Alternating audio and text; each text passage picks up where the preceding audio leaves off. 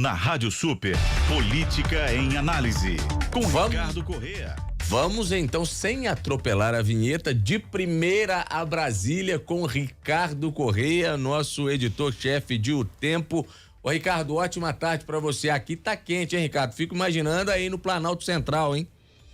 Ótima tarde, Luciano, para todos os ouvintes. De fato, aqui tá quente também, viu? O sol aqui joga duro, joga para valer, principalmente quando você tá em áreas que tem muito concreto, né? Ô Ricardo, ontem a gente falava sobre essa situação, essa história, né, do senador Marcos Doval, dizendo inicialmente que teria sido coagido pelo ex-presidente Jair Bolsonaro a participar de um plano aí, de uma tentativa de golpe. Depois disse que não era bem assim, voltou atrás, disse que o presidente, na reunião que teve, apenas ficou calado, esperando algum posicionamento, enfim. E agora mais um desdobramento, a história virou. Ele agora tá jogando a história para cima do Alexandre de Moraes. Como é que é isso, hein, Ricardo?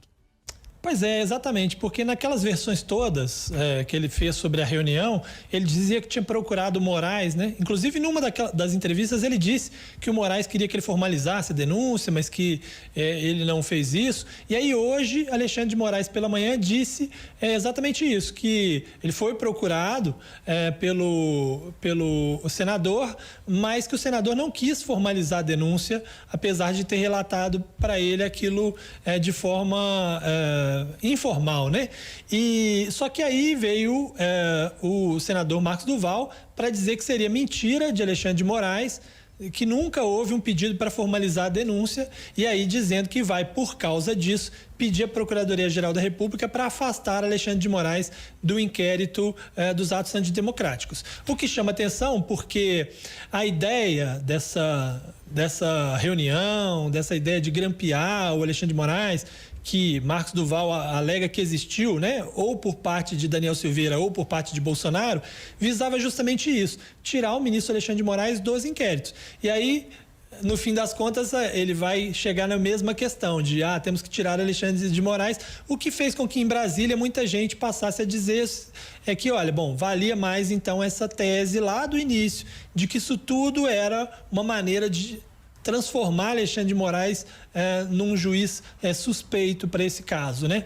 Então fala-se muito disso. Mas tem um detalhe, eu até fiz questão de anotar aqui para trazer, porque eu pensei exatamente nisso, lembrei disso, lembrei das minhas aulas de processo penal na faculdade, porque é o seguinte, o artigo 256 do Código de Processo Penal diz que a suspeição, ela não pode ser declarada nem reconhecida quando a parte injuriar o juiz ou de propósito der motivo para criá-la, né? E aí, ou seja, você não pode fazer o juiz ficar suspeito, você, parte, provocando essa suspeição. E o Daniel Silveira é um investigado dos inquéritos, né? Tudo bem que nós estamos falando de uma fase pré-processual, né? Vai chegar numa fase processual quando houver denúncia e tal. Mas Alexandre Silveira é um investigado. Então, se ele participou de alguma forma ou se essa causa de suspeição foi gerada por alguém que é um investigado do inquérito, isso impede que a suspeição seja questionada, né? Ô Ricardo, como é que fica a situação do senador Marcos Doval no meio disso tudo? Eu digo até politicamente, né? Como é que está sendo o reflexo disso para ele? Ele inicialmente disse que renunciaria, depois voltou atrás, enfim, disse que foi dissuadido a não renunciar. Como é que vai ficar o clima para ele politicamente falando, hein? Pois é, o clima está muito ruim para ele dos dois lados. A turma do Bolsonaro, os antigos aliados dele, estão muito assustados com a maneira com que se deu o negócio. Eles acham que foi muito atabalhado e atrapalhado, e como ele lá atrás fez denúncia contra o Bolsonaro, está todo mundo muito irritado, muito insatisfeito com ele. E do lado do atual governo, né, e antiga oposição a Bolsonaro, todo mundo também não está dando credibilidade, justamente por conta dessas trocas de versões, e porque acham que isso tudo era um plano plano para poder fustigar o Moraes.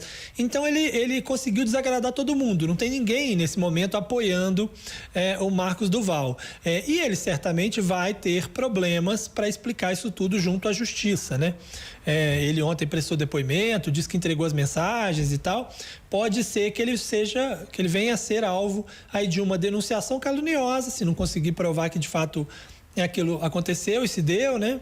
Ou de algum tipo de difamação, ou eventualmente se tiver de fato participado de algum ato, até mesmo de estar conspirando ali junto com os outros, né? Então a situação dele não é boa, não é tranquila, não é tão ruim quanto a do Daniel Silveira, que parece que foi abandonado por todo mundo, né? Mas ficou ruim, inclusive do ponto de vista do eleitorado, né? Não sei se chegaremos ao ponto de ter, por exemplo, uma cassação, ainda que Randolfo Rodrigues já disse que vai levar o caso para o Conselho de Ética. Então isso pode ser analisado, pode ser inclusive que Marcos Duval perca o mandato mais adiante, até porque está todo mundo satisfeito com ele. Mas do ponto de vista eleitoral, para o futuro dele, ele conseguiu desagradar todo mundo. Isso que eu ia falar, ele conseguiu sair, diríamos, no popular, com o filme queimado com todo mundo aí, né?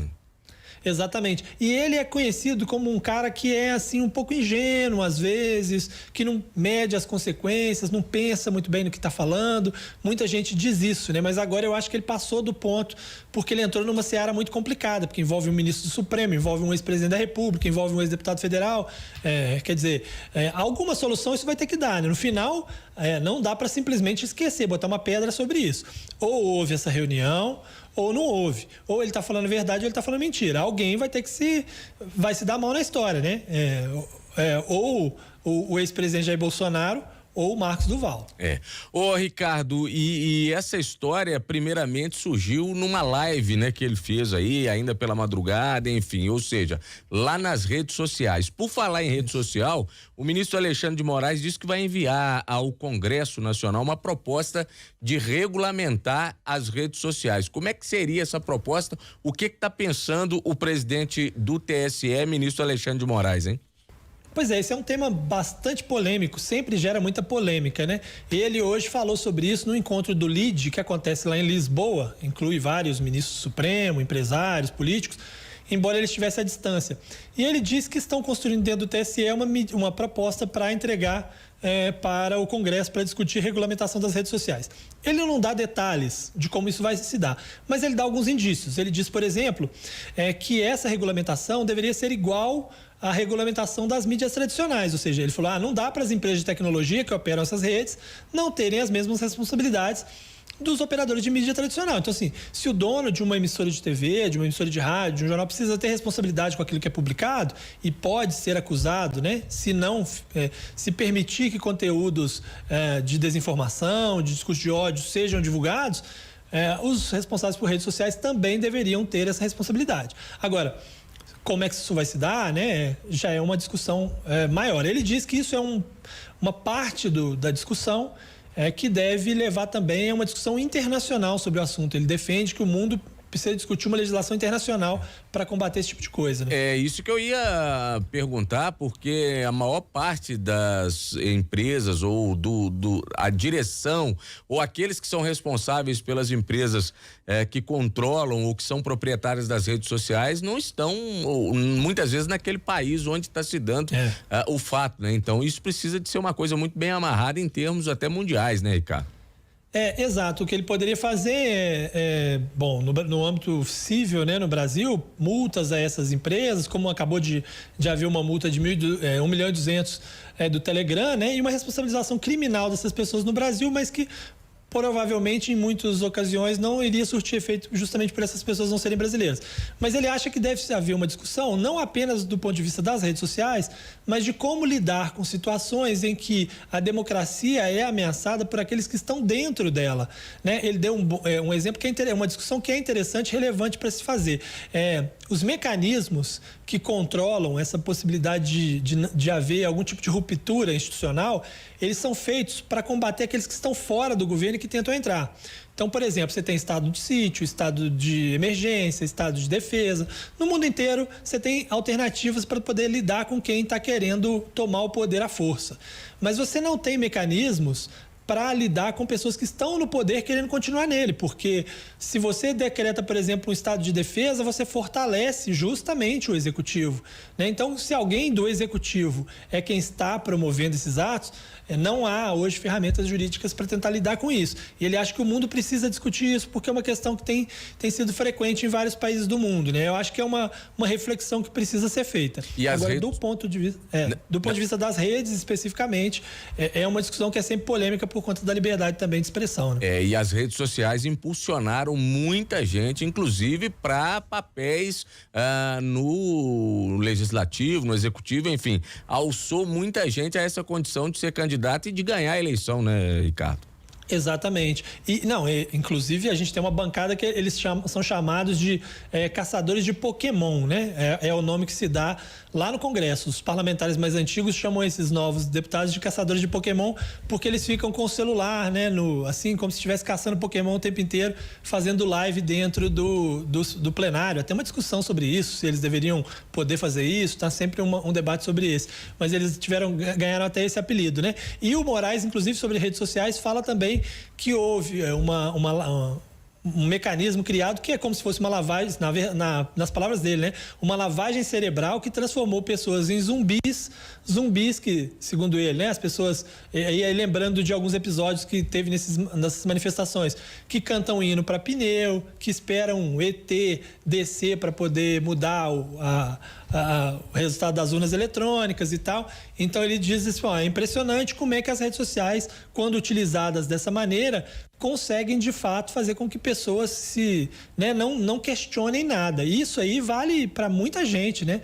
Não só desse lado, de outros lados também. Tem gente que você fica naquela bolha o tempo inteiro e você não consegue viver fora dessa bolha, né? Tal do receber a mensagem e já compartilhar sem saber de onde que tá vindo, se é verdadeiro ou não. Isso é uma festa na rede social.